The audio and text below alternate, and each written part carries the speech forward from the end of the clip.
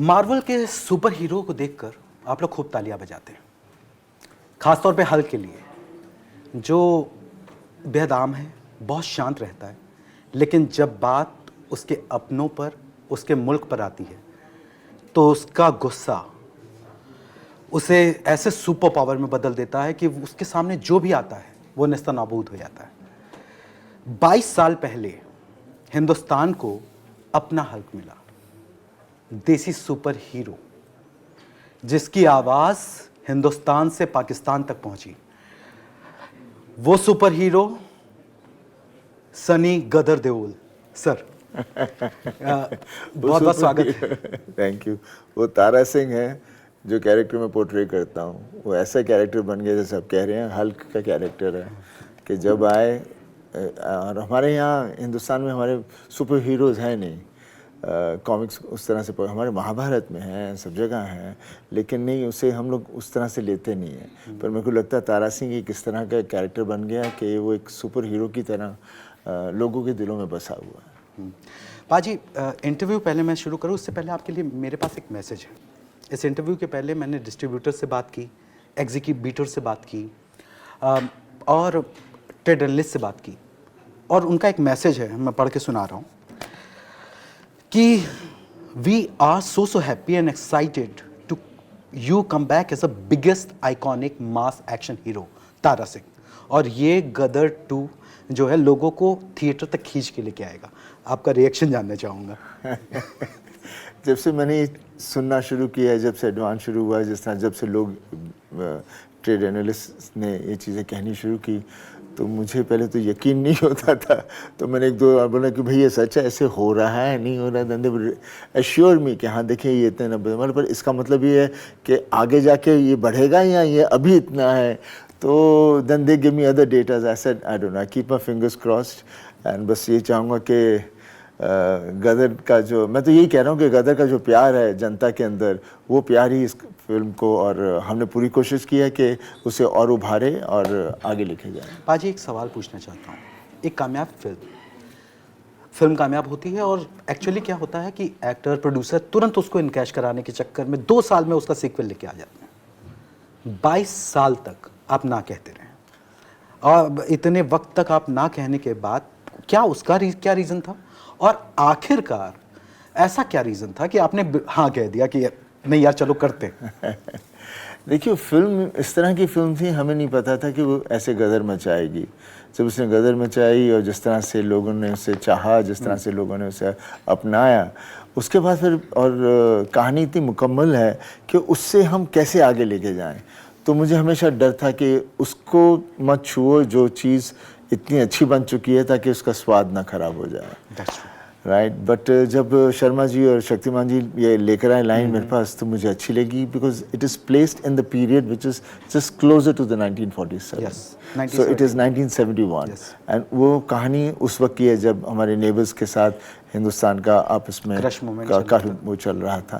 And फिर उसमें ये फैमिली, बिकॉज ये बॉर्डर टाउन में ही रहती हैं, वो ही हैं, तब भी वैसे ही थे, तो ये किस तरह से उसमें इंडल्ज्ड हो जाते हैं और कहानी वहाँ से आगे चलती है। पाजी, मुझे याद है 22 साल पहले जब मैंने गदर देखी थी, तब क्या था कि 2 फिल्में आ रही थी। लगान बहुत हाइप थी, आमिर खान की फिल्म है, और गदर। इंडस्ट्री के लोग, मुझे चूँकि मास कम्युनिकेशन का स्टूडेंट था, तब फाइनल ईयर में था, हम खूब पढ़ते थे इस तरीके की चीज़ें कि गदर, इंडस्ट्री के लोग इसको गदर नहीं गटर कह रहे थे। उसके बाद फिल्म आई और आपने हैंडपंप उखाड़ के जितनी हड्डियां नहीं तोड़ी ना, उससे ज़्यादा नेशनल इंटरनेशनल रिकॉर्ड इस फिल्म ने तोड़े। लेकिन आज जब मैं 22 साल के बाद देखता हूँ, मैं आपको बताऊँ कि मैं खूब मॉनिटर करता हूँ कौन क्या कह रहा है, कौन क्या बोल रहा है। हालात बहुत बदले नहीं हैं।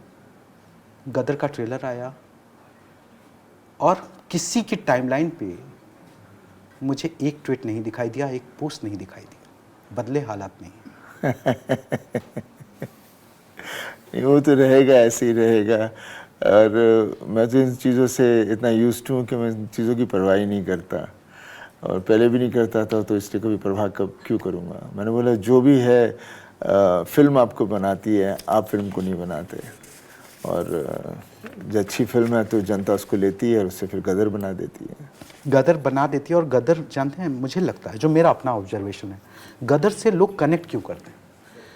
गदर का जो तारा सिंह है, वो मुझे, जब मैंने देखा और इतने लोगों से बात की, इतने बीच बीच में इतने शो किए, हर साल गदर के 10 साल हो रहे हैं, गदर के 15 साल हो रहे हैं, तो सारे लोगों का जो मेरा भी और उनका ऑब्जर्वेशन जो है कि गदर और तारा सिंह और आप अलग अलग नहीं हैं। शांत हैं, कम बोलते हैं, फैमिली के लिए जुड़े रहते हैं, हाथ पकड़ के रहते हैं, और जब कुछ होता है, ज़रूरत पड़ती है तो जब चीखते हैं तो आवाज़ निकलती है। आप कैसे इन दोनों चीज़ों को, गदर वर्सेस तारा सिंह को, आप कैसे देखते हैं?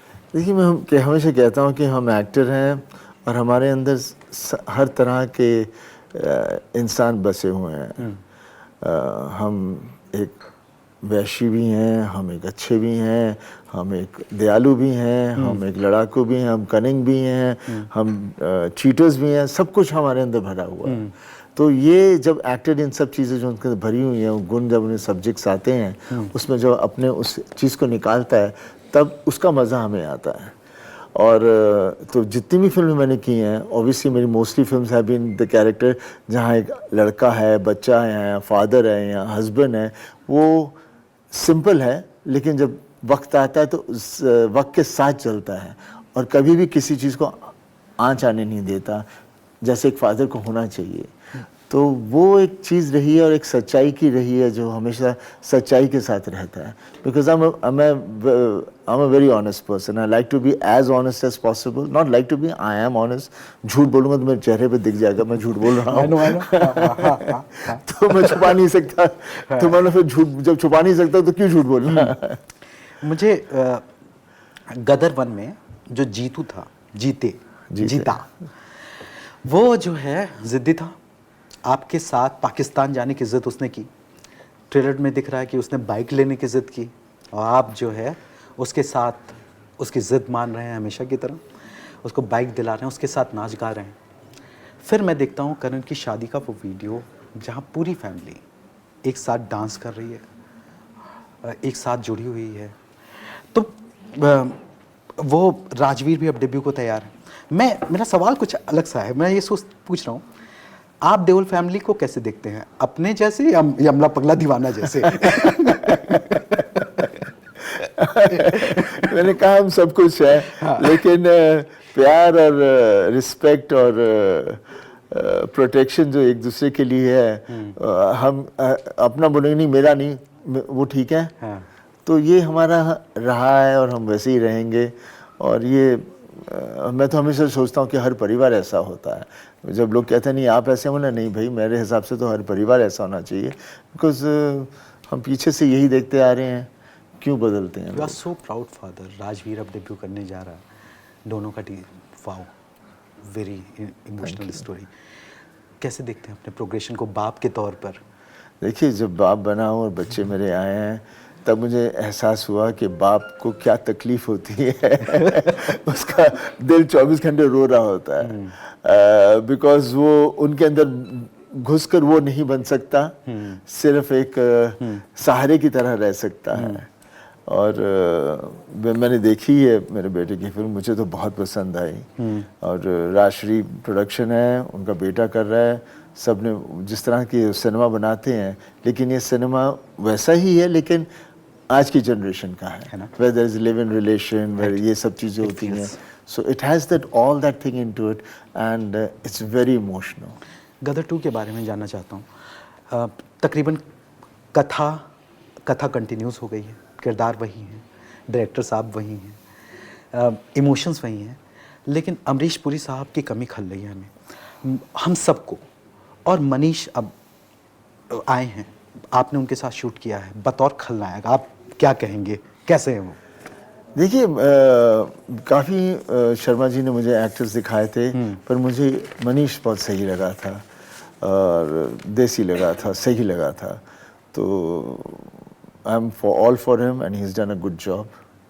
Amrish ji, obviously they can never be Amrish Puri, because वो ना ही मेरे साथ, उन्होंने मेरे साथ हर तरह के रोल किए, कहीं मेरे साथ फादर थे, कहीं मेरे साथ मेरे अगेंस्ट थे, कहीं कैसे नहीं थे, और हमारा रिश्ता भी एक बाप बेटे जैसा ही था।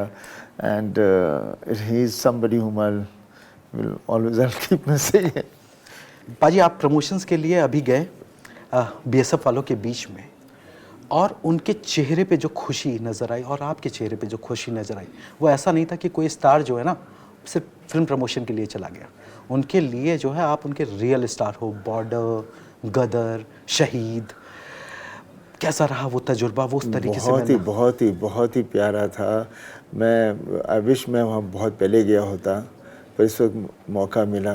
वहाँ मंदिर गया था माता जी के, वहाँ जो वाइब आई, जो एनर्जी मुझे मिली वहाँ पे, मैं अक्सर कभी इतना जाता नहीं, पर जब भी मैं मंदिरों में गया हूँ, लेकिन जो मुझे यहाँ मिली, मुझे यही फील गोल्डन टेम्पल में मिली थी। वाह, ऐसी फील थी। हमारे जवान ही हैं जो सब संभाल रहे हैं, और जिस तरह से वो चांट कर रहे थे, जिस तरह से उधर का जो एक एनर्जी है, और हिस्ट्री है वहाँ पे, इतने सारे बॉम्ब्स गिरे, इतने सारे कुछ कभी नहीं कुछ नहीं। तो ऑब्वियसली उसकी जो एक क्या बोलते हैं, उसकी जो पावर है, वो वाकई में यू कैन फील इट।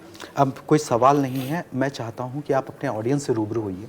11 तारीख को गदर आ रही है, 2 फिल्में हैं, अक्षय की ओ माय गॉड भी है, और बड़ा वीकेंड है सर। दोनों फिल्में शानदार, आज बहुत शानदार लग रही हैं, बहुत कमाल लग रही हैं। आप अपनी ऑडियंस को से रूबरू होइए और सीधे बात कीजिए।